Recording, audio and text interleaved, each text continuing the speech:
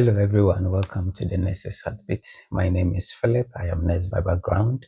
And then in this podcast, we are looking at heart failure NCLEX content review. So, if you are an NCLEX candidate, you are planning to take NCLEX exams now or in the near future, or you are a student in the nursing school, then this is for you to help you understand um, heart failure and to review the most important aspect of heart failure that will help you to pass your NCLEX exams and your other nursing school examinations. So let's dive in now.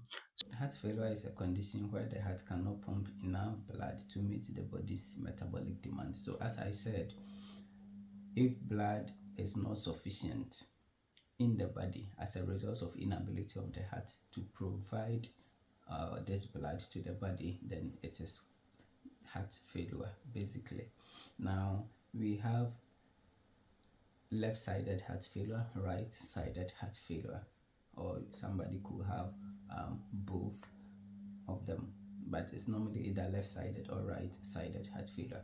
And as I have already explained, the left-sided is when the left side of the heart is not functioning properly, and the right side is where the right side of the heart is not functioning properly. The left is LP, lumbar puncture. It means that left is pulmonary. So if the left side is not functioning properly, you are going to have pulmonary issues or situations like congestion, pulmonary edema, cough. And then when the right side is going to have systemic conditions, all right, like ascites and all of that. So let's look at a brief causes of the left-sided heart failure. We have hypertension, we have myocardial infarction, we have valvular diseases. So I said the right part of the heart and the left part, the atrium and the ventricle, there is a valve, tricuspid valve, and then the bicuspid valve. So if there is any condition with any of the valves, you can also have can also cause heart failure.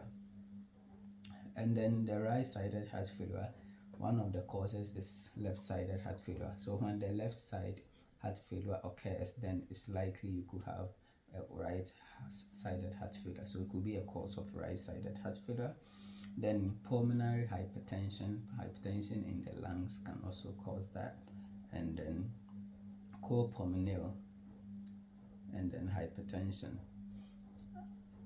These are some of the causes of the heart failure. As I said, I'm reviewing for the NCLEX content, so I'm not really going deep into some of these causes. I will want to touch the relevant parts that you need to pass your NCLEX exams and your nursing exams if you are a nurse in a nursing school. So let's look at the key manifestations of the left-sided heart failure.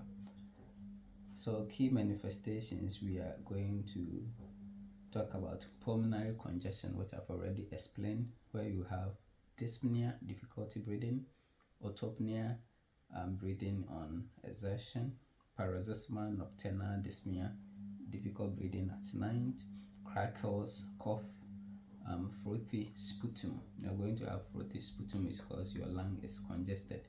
So that happens with the left side of the heart, LP, lung pulmonary, or left side pulmonary.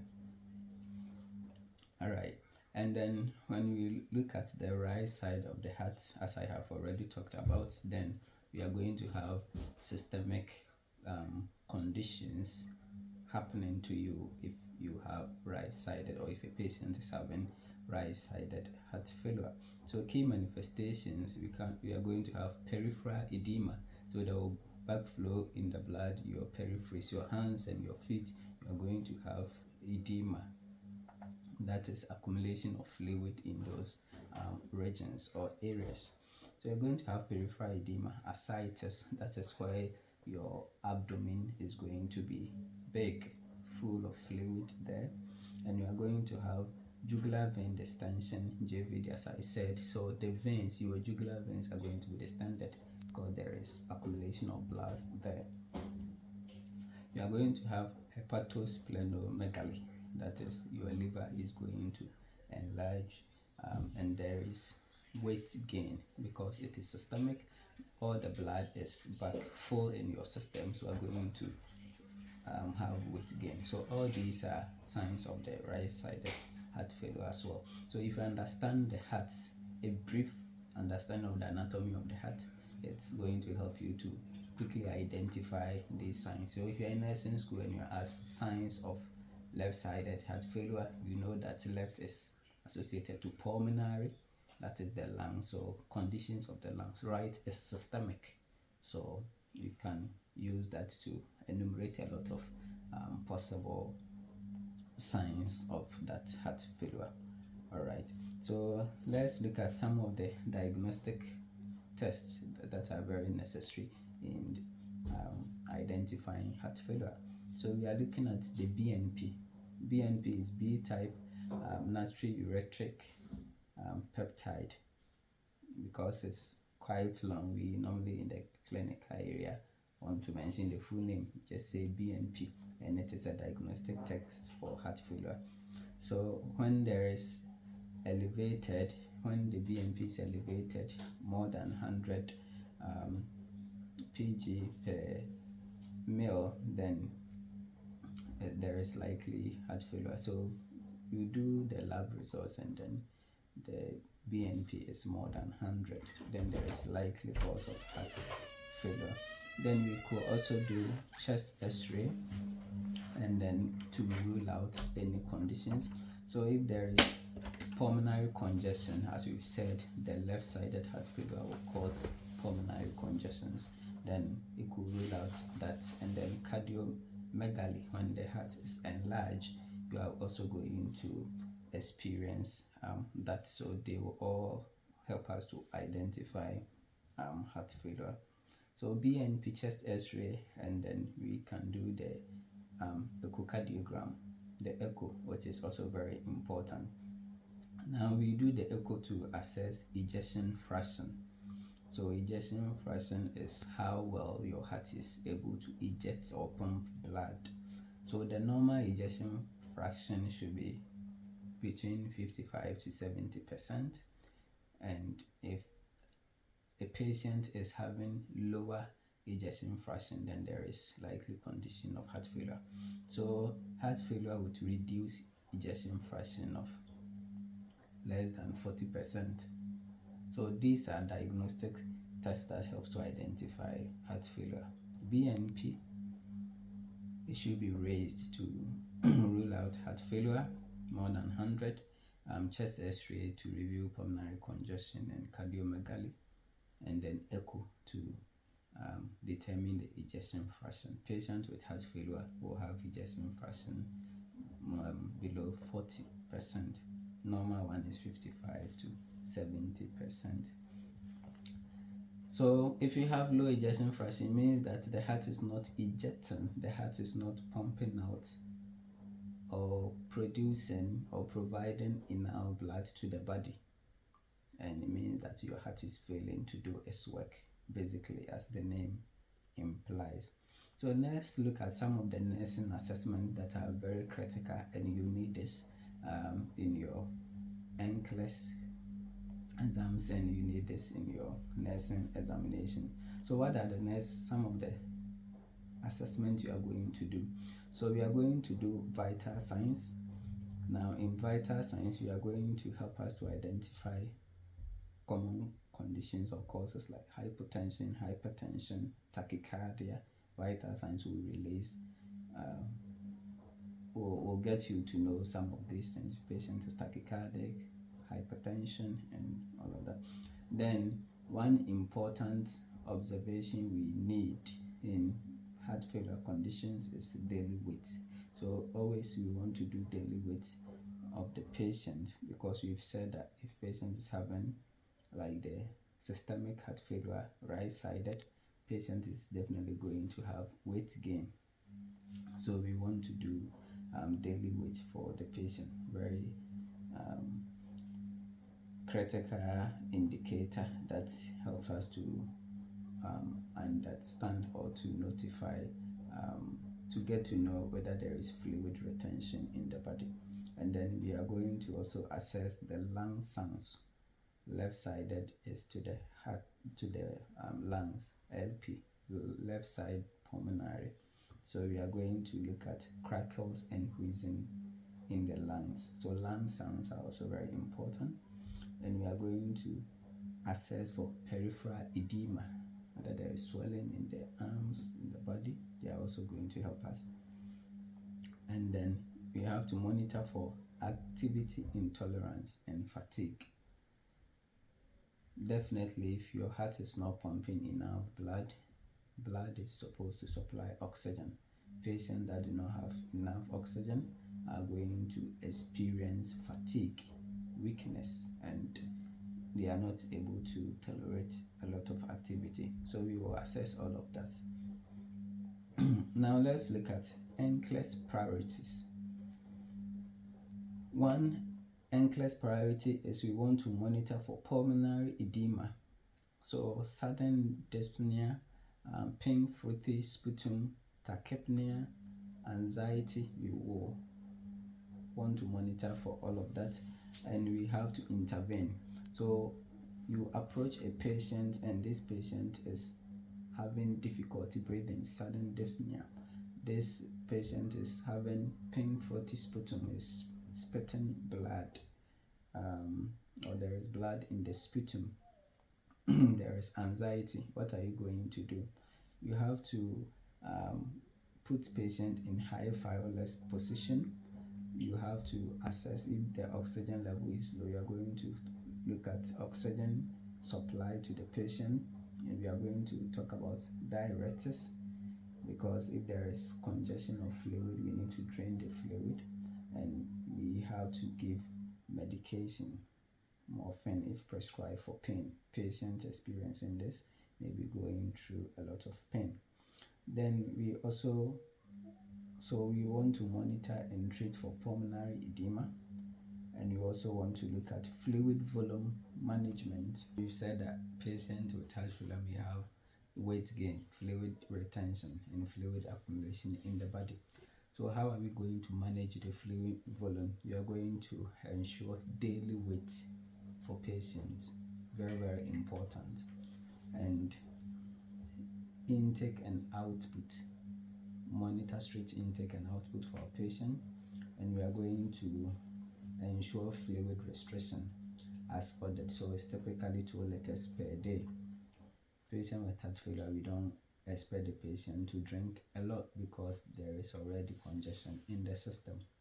So we are going to ensure weight, we are going to ensure straight intake and output of fluid, and we are going to monitor intake and output, and we are going to ensure fluid restriction. And then one important thing is patients, we are going to restrict them to have low sodium diet, low salt diet. That is very important. It should be less than 2 grams per day. Then the third need is promote oxygenation, as I have talked about that. So in promoting oxygenation, we are going to position patients semi to high fireless position, and we are going to administer oxygen as prescribed to this patient if they are having any issues with breathing with oxygenation. Then the fourth management for patients with heart failure is medication management. So what medication are we going to administer? Fluid retention. So we are looking at diuretics, so furosemide, and when you are administering furosemide, what will you have to monitor? You have to monitor for potassium and renal function. Administering furosemide can lead to hypokalemia. Potassium may drop, so we need to ensure that we are monitoring the potassium, and then we are also ensuring monitoring renal function. Medication we are going to administer in patients having heart failure is ACE inhibitors, and these medications are going to help to reduce afterload, and then going to make sure the heart is working quite well. And to give the ACE inhibitors, ACE inhibitors, the lisinopril and the enalapril and all the prepril medications, to make sure the heart is working well, the heart is coming back into shape. Now, when you are giving ACE inhibitor, what should you monitor for?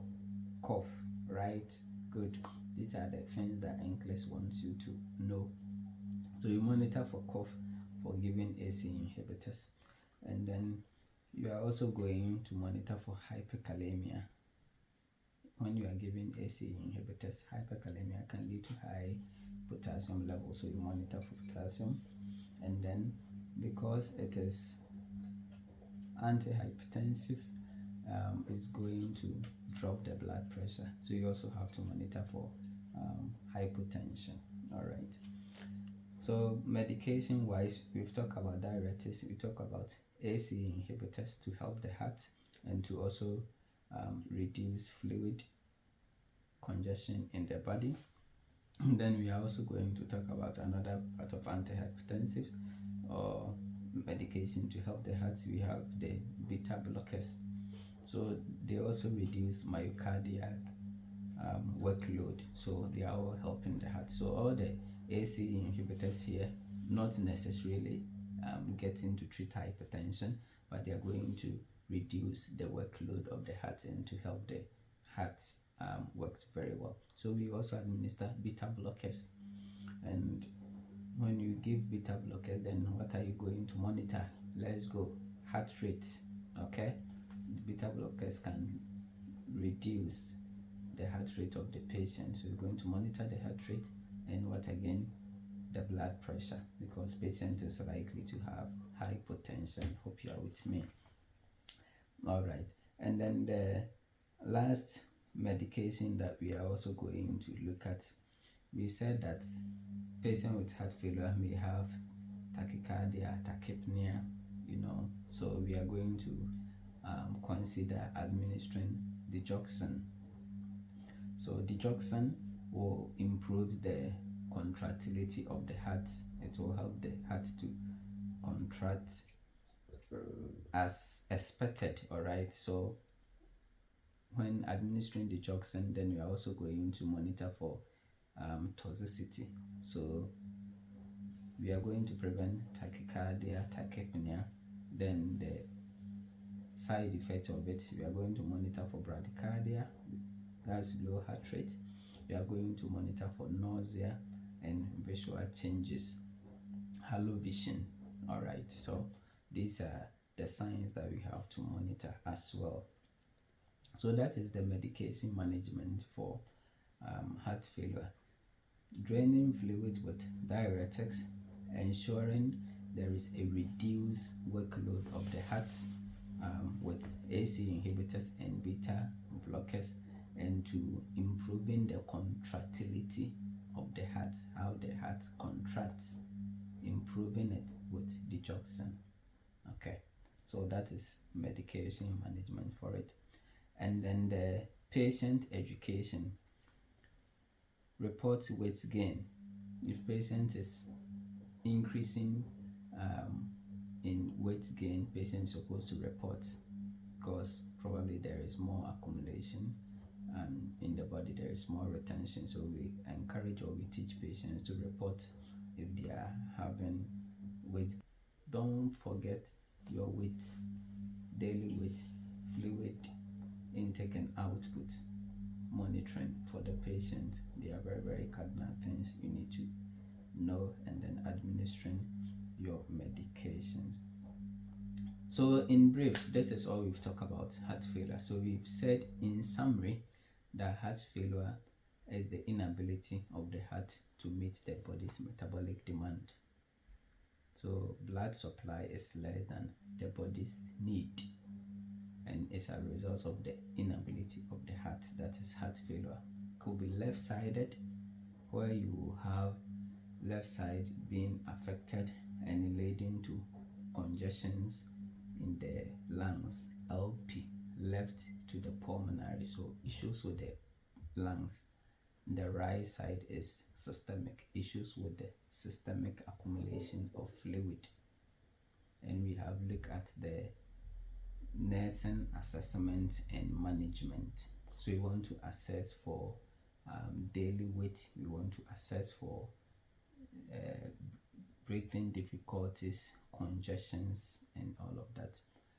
Medication wise, we have talked about the fact that we want to drain fluid by giving diuretics, and giving diuretics, furosemide, when you give, you have to monitor for potassium and the renal function test. We want to reduce workload of the heart by giving AC inhibitors, beta blockers. We also want to improve the contractility of the heart by giving digoxin. And digoxin, we have to monitor for the heart rate. It could lower the heart rate as well. And do not give digoxin when the heart rate is below 60 beats per minute. When you give beta blockers too, you have to also monitor for hypotension. When you give beta blockers like bisoprolol, you have to also monitor for the heart rate, because they could reduce the heart rate. When you give AC inhibitors, lisinopril, enalapril, and all the other pril medications, you have to monitor for cough. These are the things that you need to know to ensure the safety of your patient. I'll come to you in the next episode as well with some likely Nclex questions on heart failure, and you will know how relevant this review we have done is to the questions that will come. Thank you for watching. My name is Philip. If you like this video, you can share to your colleagues, you can share to your other nursing students, and then don't forget to subscribe and to like. Thank you. I'll come to your way again. Remember, every heartbeat matters.